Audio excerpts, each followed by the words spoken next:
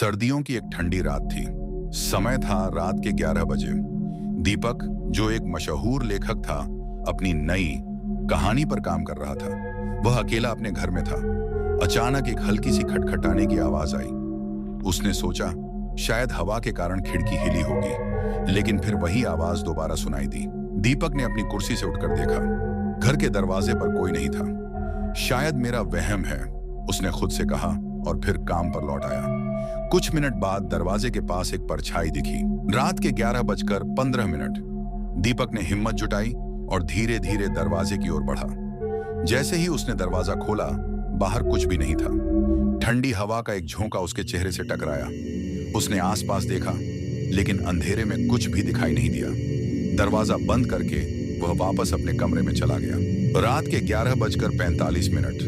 दीपक ने साहस करके कमरे में वापस जाकर देखा। वहां कोई नहीं था।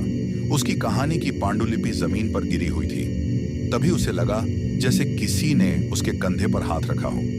उसने तुरंत पलटकर देखा, लेकिन पीछे कोई नहीं था। रात के 11:30। काम करते हुए अचानक कमरे की लाइट बंद हो गई। दीपक घबरा गया। उसने टॉर्च उठाई और फ्यूज बॉक्स की ओर बढ़ा, लेकिन फ्यूज ठीक था। अचानक उसे अपने कमरे से हल्की सी हंसी की आवाज सुनाई दी। उसकी रीढ़ की हड्डी में सिहरन दौड़ गई। रात के 12 बजे दीपक ने सोचा कि यह सब उसका भ्रम है। वह पानी पीने के लिए रसोई में गया। जैसे ही वह वापस लौटा, उसने देखा कि कमरे का दरवाजा बंद हो चुका था। दरवाजे के नीचे से लाल रंग की रोशनी बाहर आ रही थी। हिम्मत जुटाकर उसने दरवाजा खोला।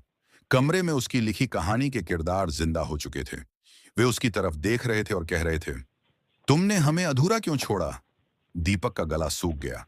उसे समझ नहीं आया कि वह क्या करे। तभी उसकी मेज पर रखी कहानी की अंतिम पंक्ति चमकने लगी। हर अधूरी कहानी अपने लेखक से बदला लेती है। अगले दिन दीपक के घर का दरवाजा खुला मिला, लेकिन वह खुद गायब था। लोग आज भी उसकी रहस्यमयी गुमशुदगी पर चर्चा करते हैं। सीख, अधूरे काम कभी मत छोड़ो, क्योंकि हर अधूरा काम एक दिन हिसाब मांगता है।